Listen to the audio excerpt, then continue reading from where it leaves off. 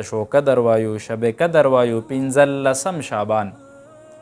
15 شعبان د ډېر زیات فضیلت راځي. روایت کې راځي مور عایشه رضی الله تعالی عنها فرمایي وی جناب محمد رسول الله صلی الله علیه و آله وسلم په دې شپه باندې ما سره وی زه پاسېدم وی ومې کته وی زما د کور دروازه مسجد نبوي ته وتې وه. وی حضور پاک په بستره باندې نه مسجد نبوي ته لاړم هلته نو زه ویرېدم چې یاره حضور پاک څه شو او په دې مې یریدم چې یاره یهودیان دي حضور پاک له څه نقصان ورنه کي. نو بیا خوا کې را سره حضرت علی رضی الله تعالی عنه کورو تاسو د الله ټول بوتلی کې د مسجد نبوي چې پیله و نو هغه ټیم وړوکی و د دې صحابو د کور نه دې سره بالکل ټچ اوس خو هغه ټول پکې راغلی دي خو پیله داسې نو هغوی وی ما حضرت علی رضی الله تعالی عنه ته ووی فاطمه رضی الله تعالی عنها ته مې ووی چې یاره حضور پاک په بستر نشته او په مسجد نبوي کې هم نشته چې څه شو. دا بعضې صحابو داسې و د حضور پاک یو معجزه دام وه چې د هغه د وجود نه به خوشبو خطه د خولې نه خو زمونږ بدبویي خیجي د حضور پاک به خوشبو خطه. وی نبی کریم صلی الله علیه و آله وسلم پسې ګرځېدو حضرت علی رضی الله تعالی عنه چې کله دا حالت ګوري نو یې روان دی هغه بوی پسې ځي چې ګوري حضور پاک په جنت البقیع کې دی. د سجدې په حالت کې د حضور پاک اوږده سجده له ګوري د جاړي وان تغفر لهم فانهم عبادک. رب ته وایي یا الله وی که تی مغفرت کې دا ستا بندګان دي الله ته زما د امت بخښنه وکړي امت له دعاګانې کوي. فاطمه رضی الله تعالی عنها په حضور پاک باندې ور پرېوته وی په بستره پروتم جبرائیل امین راغی وی راته وایي چې یاره د دعا د قبلېدو شپه ده او که رب نه څه غواړې وغواړه ډېره بهترینه شپه ده. وی ما وی چې زه به امت دپاره سوال وکړم نو په هغه وخت کې حضور پاک راپاڅېدو د امت دپاره سوال وکړو چې یا الله ستا بندګان دې وبخې. نو د دې نه یو څو خبرې معلومیږي. یو خبره خو ده چې دا شپه ډېره بهترینه شپه ده. په دې شپه باندې چې څومره عبادت کولی شي وکړه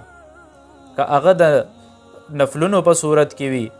که هغه د تلاوت په صورت کې ذکر اذکار صورت کې وکړه خو دا هم نه نفلونه با جماعت نشي کولی چې څنګه دا لکه چې کم حضور پاک نه ثابت دي هغه کولی شي که اوس تراوی د هغه هم جماعت سره ثابت دي. دا شانتې صلات استسقا مونځ دی فرض مونځ دی دا جماعت سره ثابت دي خو د نفل مطلب دا دی چې رب ته ځان لغلی کین هغه ته مناجات وکړه هغه نه پټ وغواړه. یو ځل ابوبکر صدیق رضی الله تعالی عنه پټ تلاوت کولو حضور پاک ورته ای ابوبکر دومره پټ ولې کې وی چې چاته اورول غواړم وی هغه زما اوري نو دا عبادت په مساجدو کې اجتماعات نه دی پکار. زمونږ خلک اکثر په دې شي کې خطا شي صلات تسبیح منځونه هغه هم په جماعت سره کوي دا هم جماعت سره نه کیږي. ټیک شوه ځان لمونځ کوئ او اکثر ګوره علما چې ویلي دي وی هغې وایي جومات چې دی صرف فرض مونځ دپاره دی سنت چې کوم دی عام په کور کې کوه خو د خلکو د غفلت د وجې نه علماو د دې اجازت ځکه ورکړی دی چې کور ته لاړ شي بیا خو نه کوي ځکه هغې وایي چې بس جومات کې مونځ پوره کوه نوافل زیات وکوي د شپې الله ته کیری ښه ډېر تلاوت وکړي څومره کولی شي او د دې ټول عبادت نه پس ته ګورې کم از کم په دې شپه باندې دا شپه چې راځي د 9 شپه راځي د پیر ماسخوتن د پیر ماښام مونځ چې وشي دا شپه به شروع شي ټیک شوه او د سحر مونځه پورې به دا شپه چلیږي. په دې ټایم کې خلک څومره عبادت کولی شي هغه دې وکړي که چا له قرآن مجید نه ورځي صورت اخلاص خو ورځي که نه قل هو خو ورځي که نه صورت فاتحه ووایي ډېره قل هو ډېر وایي کم از کم 100 پیره قل هو وایي 1000 پیره استغفار وایي 1000 پیره درود شریف وایي ټولې ورځې موږ په غفلت کې تېرې کړي نو دا یو شپه الله له نشو ورکولی اخره کې ته د دې شپې فضیلت ویم چې دا موږ به ولې کوو ګورئ په دې شپه د الله عبادت ډېر زیات وکړئ دا ذکر اذکار زیات وکړي درود شریف په پیغمبر باندې ښه ډېر ووایئ چې چا له قرآن مجید وري چې څومره تلاوت کولی شي وکړه په ناسته کولی شي په املاسته کولی شي که نه یو لمحه خو په شپه کې رب ته راپاسه وغواړه تی بعضې خلک وایي چې په دې شپه باندې روژه نو روژه نیول مستحب عمل دی سنت هم نه دی واجب هم نه دی سنت د ایام بیس دی ځکه روایت کې راځي عایشه رضی الله تعالی عنها فرمایي وی حضور پاک په دې میاشت کې د ټول نه زیاتې روژې نیولې دي شعبان میاشت کې خو سوای د 28مې نه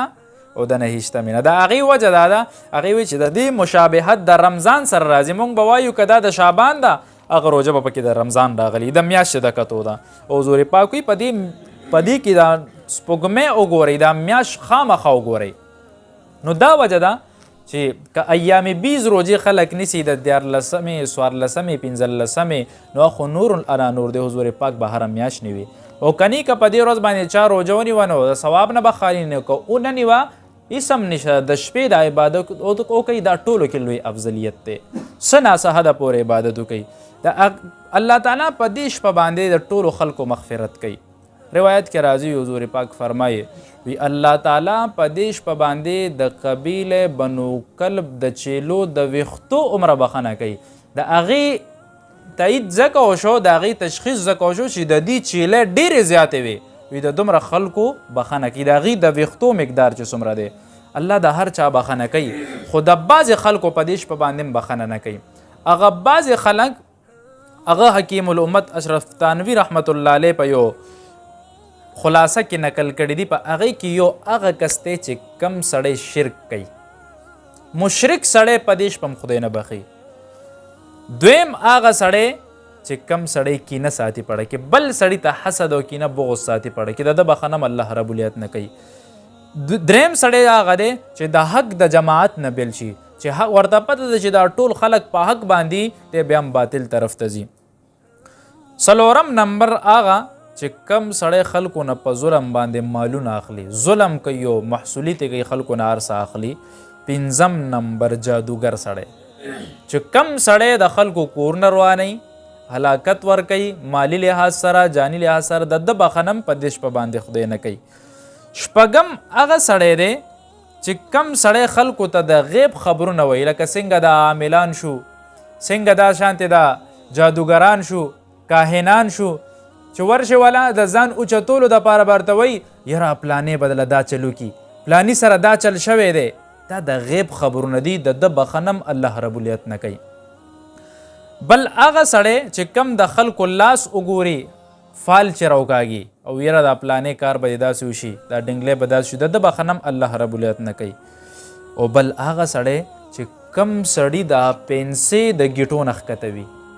د ده بخښنه هم الله رب العزت نه کوي ګورئ خیال اکثر کوي مونږ خو د فیشن دپاره هغه پنسې دومره اوږدې وکړو چې هغه ګیټې هم پکې پټې او ځان پسې راکاږو خو دا مه کوئ الله تعالی د دې سړي بخښنه هم نه کوي بل هغه سړی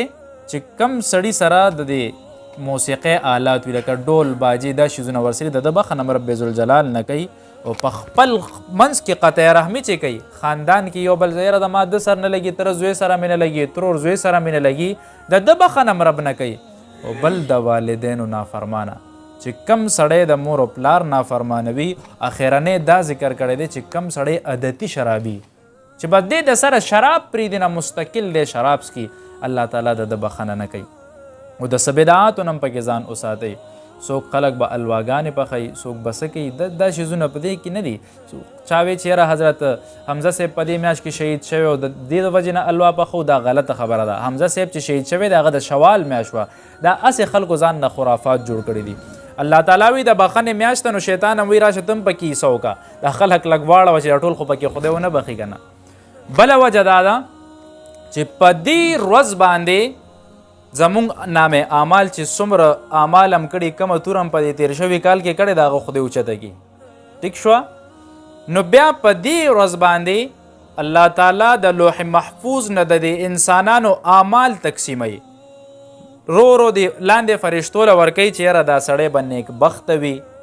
دا سړی به بدبخته وي دی به نیک وي دی به بد وي دی به منځونه کوي دی به نه کوي د ده به مرګ لیکلی شوی وي ابن یسار صاحب وایي یو سړی به لګیا وي او وي هغه به ځان له بنګله تیاری بل سړی به ځان له بل کور تیاری بل سړی به د کال دا منصوبه کوي چې یاره زه خو به ځان له روان کال له ښکلې ګاډۍ علم زه به را روان کال لپاره بچې په دې اعلی تعلیم کینوم خو وی دی د ځان نم نه خبر وي په دې شپه باندې د ده نوم په مرګ والا کسانو کې واچولی شي هېڅ به هم خبر نه وي او دی به خبر نه نوم بیا اچولی شوی د هغه میتو کې نو وی د خلکو مرګونه هم په دې ورځ باندې مقرر شي او چې چاله څومره رزق ورکړی کېږي نو آب هم په دې ورځ باندې ولیکلی شي نو په دې ورځ باندې ډیر عبادت پکار دی